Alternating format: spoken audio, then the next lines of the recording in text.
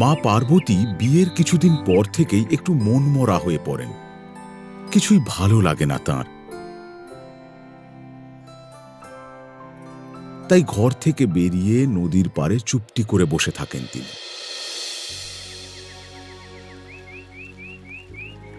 আর নদীর জলের কলকল তানে যেন দূরে কোথাও হারিয়ে যান।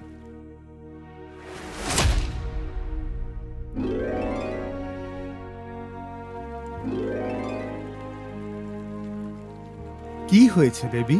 কদিন ধরেই লক্ষ্য করছি তুমি ভীষণ মনমরা। তুমি কি কোনো কারণে অসন্তুষ্ট দেবী? না মহাদেব, তেমন কিছু না। তবে তবে কি দেবী?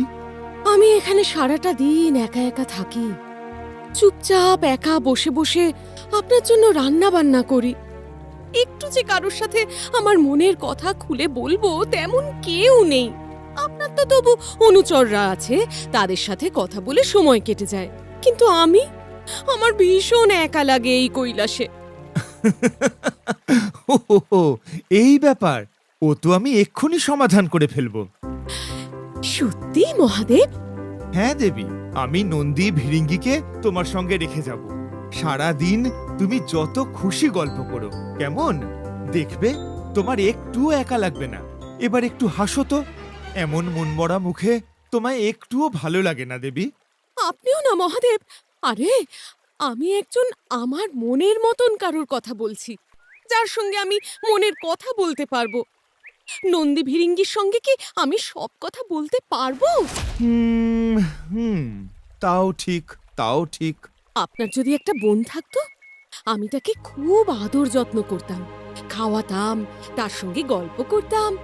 আর আপনি কিনা নন্দী ভিরিঙ্গির কথা বলছেন।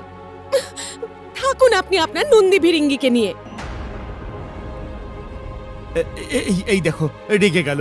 দেবী, ও দেবী শোনো আমার কথাটা একটিবার। দেবী, কি যে করি এখন! দেবীর জন্য আমার বোন পাই কোথায়? এ যে কি বিপদে পড়া গেল না। আমি দেবীকে আমার বোন এনে দেব কোথা থেকে? আর না দিলেও তো দেবীর রাগ থামবে না। কিছুই তো মাথায় আসছে না। কি করি কি করি? আমি তো ধ্বংসের দেবতা, এখন আমি অন্য মানুষের সৃষ্টি কি করে করি? এ তো মহা বিপদে পড়া গেল। ত্রিকাল জ্ঞানী হয়েও মহাদেব সৃষ্টির ব্যাপারে অপারক। কিন্তু তিনি দেবীকে কথা দিয়েছেন, তাই তিনি ধ্যানে বসলেন আর নিজের সমস্ত পবিত্র শক্তিকে কাজে লাগিয়ে নিজের মতো এক নারীকে সৃষ্টি করলেন, তার নিজের বোন, আর নাম রাখলেন আশাবরী। আশাবরীকে সৃষ্টি তো করে দিলাম, যদি কোনো ভুল ত্রুটি থাকে, যাই হোক, যা হয় হবে, সে পরে দেখা যাবে। আশাবরীকে পেয়ে দেবী পার্বতী খুব আপ্লুত। আশাবরীকে স্নান করিয়ে নতুন বস্ত্র পরিয়ে খেতে দেন তিনি।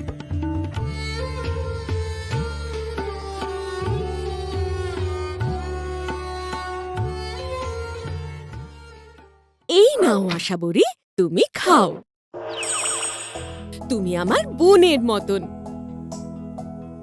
তোমাকে পেয়ে আমি খুব খুশি। আর এই সবই হয়েছে মহাদেবের জন্য। হ্যাঁ, আমার খুব খিদে পেয়েছে। হ্যাঁ আশাবরী, তুমি খাও।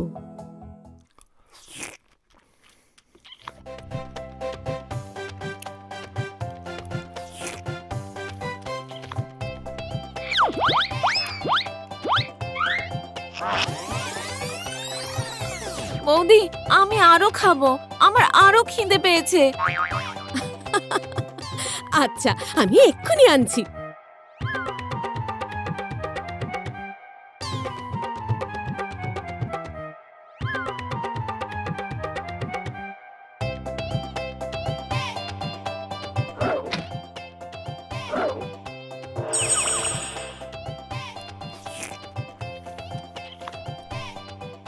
দেবী পার্বতী আশাবরীর খাওয়া দেখে চমকে যান।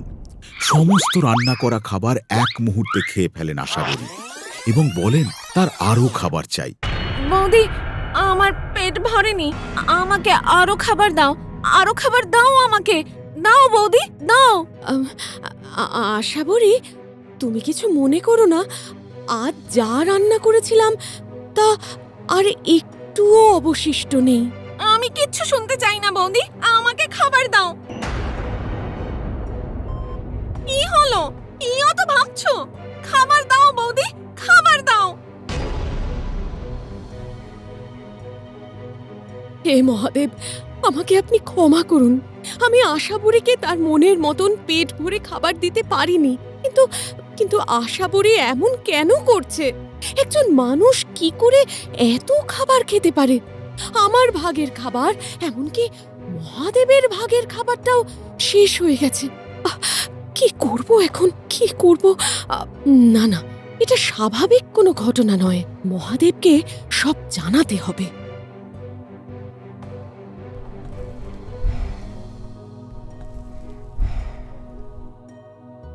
মহাদেব,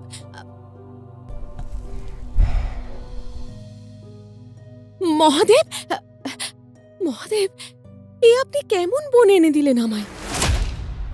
আশাবরী তো, ও তো আমাদের সমস্ত রান্না করা খাবার খেয়ে শেষ করে দিয়েছে, কিন্তু তাতেও তার পেট ভরে না, আরো খাবার চায়। আর খাবার নেই বললে আমার সঙ্গে কোন্দল শুরু করে।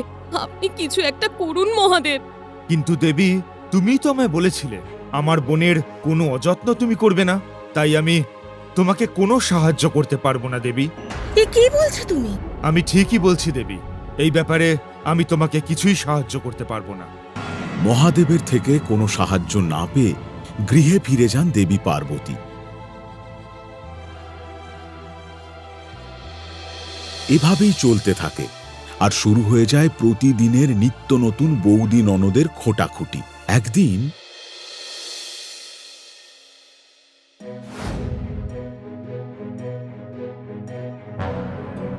বৌদি, আমাকে ওটা দাও বলছি। ওই বাক্সটা আমার চাই, দিয়ে দাও ওটা আমাকে। না, ওটা আমাকে মহাদেব দিয়েছেন, ওটা আমি তোমায় দেব না। তুমি যা পারো করে নাও। দাও, দাও বলছি, দাও আমাকে। ছাড়ো, ছাড়ো আশাবরী, ছাড়ো বলছি। না না না, আমি ছাড়বো না, ছাড়বো না আমি। দাও আমাকে, দাও এটা। বাক্স নিয়ে দুজনের মধ্যে শুরু হয়ে যায় তুমুল কোন্দল, আর আশাবরী রেগে গিয়ে দেবী পার্বতীকে তার পায়ের গোড়ালির ফাটলে বন্দী করেন।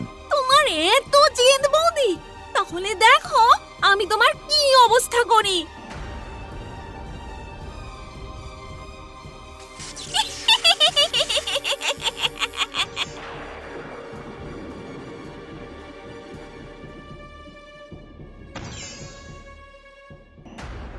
অন্যদিকে মহাদেব ধ্যানের দ্বারা সব দেখতে পান এবং তিনি কিছুই জানেন না এমন এক ভান করে গৃহে ফেরেন। গৌরী, গৌরী, কি গো, কোথায়? খুব খিদে পেয়েছে, কিছু খেতে দেবে তো? কি গো, কোথায় গেলে গৌরী? এই আশাবরী, তোর বৌদি কোথায় রে? কি জানি, জানি না তো। দেবী চাইলেই আশাবরীর পায়ের ফাটল থেকে বেরিয়ে আসতে পারতেন, কিন্তু ননদ তাতে ক্রুদ্ধ হবে ভেবে তিনি সেখানেই রয়ে যান। অন্যদিকে আশাবরীর মিথ্যে বলায় মহাদেব প্রচণ্ড রেগে যান।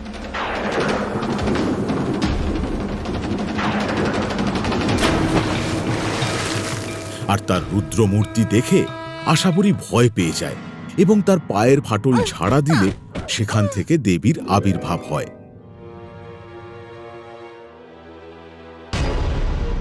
দেবী, তুমি ঠিক আছো তো?